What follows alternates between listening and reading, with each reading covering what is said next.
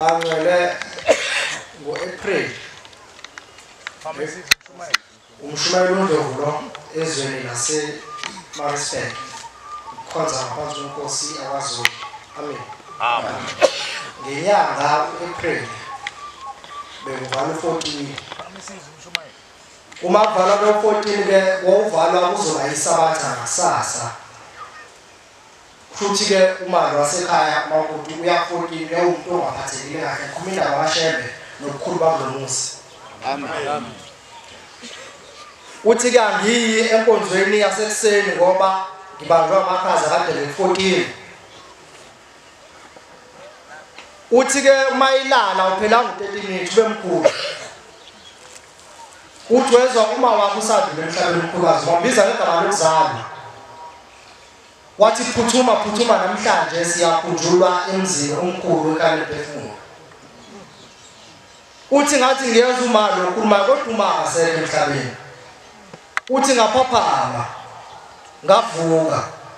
Uthi bangiphaphama kodwa ngiphaphama ngisebuthongweni ngibona uma ngivula umnyango isitimela ekhaya kuseduze komgwaqo.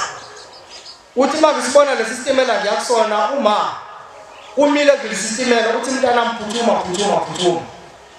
Le ndaba khona la isuka khona mina sengikhala kodwa isuke khona la ekhaya siqala ukufika sasebenza lapha emkhosheni ezansi ila yavela khona le ndaba. Sababona bese kumnyameni sabanikelela. Ngithe mangikhuluma la kanti uNkulunkulu uyasebenza abakhona la ethempelini leSilona. Amen. Uthi ngavuka ngakulesi sitimela manje sibona lesi sitimela uma usesisemnyango uthi phuthuma mntana mvuka njengamanje uhamba ekhaya emphefumulo siyakhunjulwa namhlanje. Uthi bonke abantwana babantu uShembe uvulisa namhlanje bayakhunjulwa. Khona udadewethu wayikhuluma la ikhuluma ngosuku langasasa ngesonto. Ngithi ke le ndaba yaqala ngesabatha iqalanga ngesonto. Uthi ke manje kulesi sitimela ngisibuka phambili ekhanda udriver munye unyazi wezulu. Amen. La ngemuva kwesitimela kunezihlalo ekhona ukhona uFombela kuhleli inkosilanga kuhleli inyanga kuhleli uThixo nankosazana. Uthi ngavuka ngaleso sikhathi ngaphaphama ngavuka ngathi ngiyatotoba ngiyakhona ekhaya lemphefumulo uthi ngabiza imoto ngavuka ngeza. Uthi ke bengena la niyabona ke lapha ekhaya nonke niyabona esangweni njoba sihleli siyabonisa. Amen. Uthi mangize esangweni ulate nomunye umama late naye akasalele njoba ungenile nawe ungena nje ungenile nawe uma ingene esangweni uthi uyabona ingozakalani lapha ya phakathi ethempelini uthi le yini lesethempelini ukuloma uManazaretha akho asonta nje uthi hayi mama ubona uthi mangibuka ngiyongena ngesango uzongena la kugcwele amajuba amhlophe la ethempelini akalele uyabona lamajuba sondela ume sondela lahlala khona omama lapha ehlathini hawu aManazaretha abona amajuba kwenzakala uthi ngqoke ngethempelini uthi uze wahlala ethempelini yasuka indaba njengoba sihlele ethempelini akalele lesi sitimela kade sidrive unyazi lwezulu sigcwele la ethempelini sisemsamo sisuka lapha siya usibona ngamehlo ke manje la ethempelini uthi amamhlo ayiqaba uthi ayihlala phakathi kwabantu ahlala umuntu komunye ehlala 2 omunye ehlala 5 omunye ehlala 10 uthi omunye ahlala umzimba wakho ungamboni. Uthi umebuka la sibuka khona ipulpiti likaShembe unyazi hlela lebdene esasinikelela ngolesithathu yasitshela athi asonikelela ngolesithathu hayi ngolusuku yayiphambi kwaShembe sikhuluma nje kanje uNkulunkulu uyasebenza la uyibona ngamehla akalele bonke labantu esasibanikelela baphambi konyazi nezingane eziningi izingane uyibona ke izingane zamunotela phezulu kwepulpiti kababa iyabanje ingane encane. Uthi ke uNkulunkulu wayesekhomba ubaba uMajimu uShumayeli weza kuyena wakhuluma naye thema sekhulume naye wasebiza mina ngasukuma nami ngaya khona lento ibona ngamehlo la ethempelini.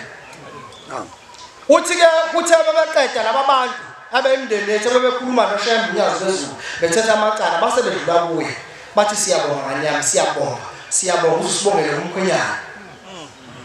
Uthi ke njoba uNkulunkulu ebize ubaba uMshumayeli Majiya nami khona ubabili afike ayikhuluma kulo Mshumayeli nami na kuthi masehamba uma wakhe sebonga kwaba khona amnika khona uNkulunkulu ngosasephakameni yazozulu ngiyacela kusemakhosi akakalungi kumnyama ngicela uqaqa amafilo nayibonga la ngakalungi khulu sibosisebenzile Amen. Amen.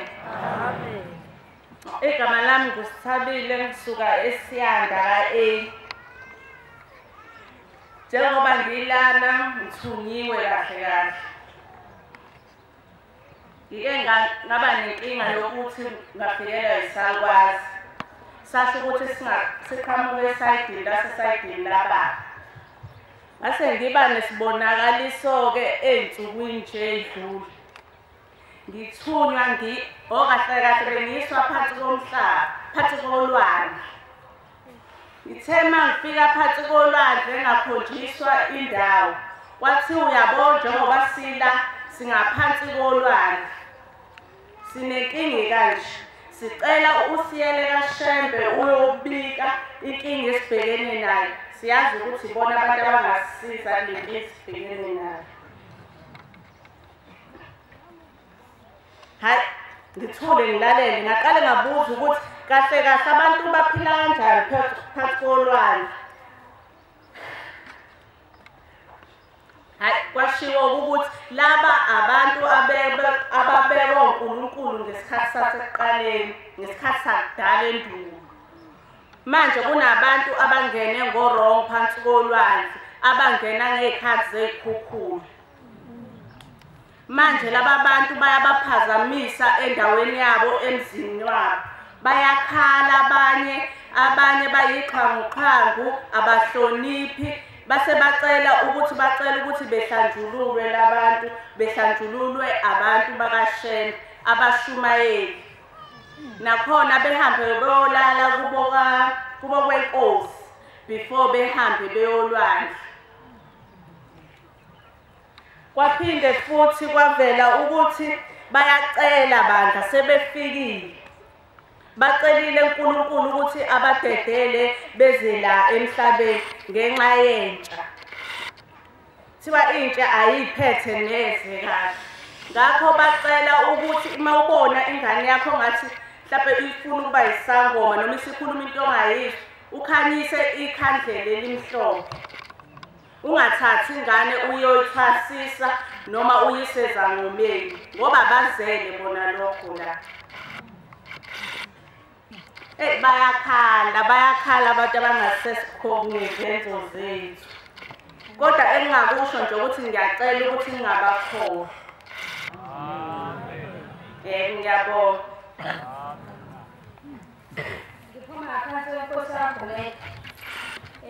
ngesonto ephelile besifike la nogogo wami. Okokuqala sahlangana sakhuluma ukuthi kumele size ekhaya siphumule silethe iy'mbuzi.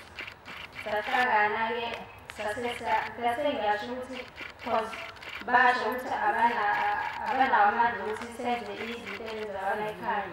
Ngase ngiyabonotela ngasho ukuthi ngizoyikhipha mina iy'mbuzi, imali yey'mbuzi.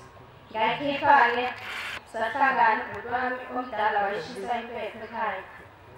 Safika la ngesonto edlula leli ephelile. Sisemakhaya emhlabelingane. Kunomsindo omkhulu emgaqweni. Bamemeza kuthiwa phumani nizobona umsindo lola ngaphandle. Saphuma sagijima kodwa mina kube yimina engifike kugcina imina kade sengilindile. Ngifika laphayana khona isitimela siningi sithola abantu phakathi baningi ngendlela ukuthi nala kade unodrayiva khona the driver bekugcwele abantu nakhona. Abanye bebeza ngemuva kwesitimela. Laba beza ngemuva kwesitimela bekwamadoda amadala nengalazi umshini wena nengwabheka ekhanda bejabula emakhehla ngoba kade sengilinde mina ngithathi ngiyaqhamuka base bagiya kakhulu. Bagiya bengishaya amabheshu bekhombisa ukuthi bajabula bezela ngaphambi kwami bejabula. Kuthe kudlula lokho ngaphinde ngaba nesinye isibonakaliso. Ngiphupha emathuneni akuthi akithi khona ahlukene khona kwendlu enkulu nendlu encane ngifika kwendlu enkulu ngifika abantu bonke sebaphamile bathi balinde mina ngithi asihambeni-ke simasihamba sihamba siya kwamanye amathuna futhi mengithi saqhamuka amathuna yasekhaya indlu encane mengifika khona amathuna ngiyabona indumbi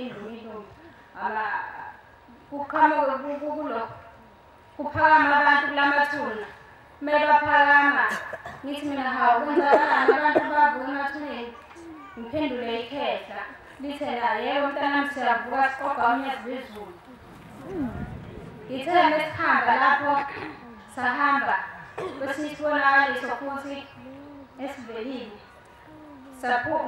ngabona sila ekhaya umndeni wami sesifikile sibaningi bekungabonakali ukuthi ithempeli lihleli phansi kunonyazi lwezulu lapha eMhosheni luthi-ke namhlanje-ke ngizonilapha seyisikhathi sokuthi ngiyalashwa manje bahleli nami imndeni yami ngiyabukela luqhamuka unyazi lwezulu luqhamuka njengodokotela ephethe ibhuku uyafunda phansi uthena abasukume bazolashelwa isifo esiwukuthi basukume babe baningi aphinde futhi athi abasukume bazolashelwa isifo esiwukuthi kumele basukuma bamlandela balapha eMhosheni lapha afika balaphele khona meqedile ukubalapha ahambe nabo beye ngaphesheya ephinde ethi abasukume bazolashelwa isifo esiwukuthi angisizwanga lesasifo sesithathu kodwa basukume baba baningi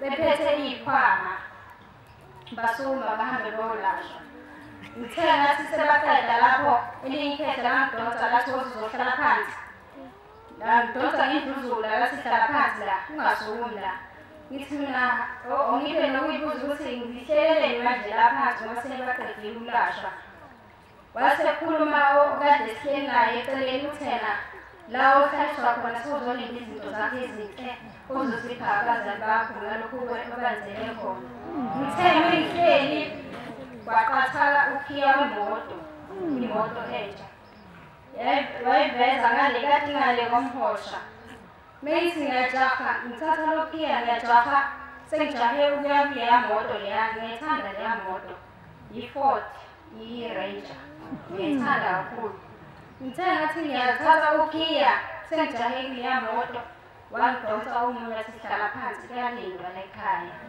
musukujaha ngize ngaphaphama lelo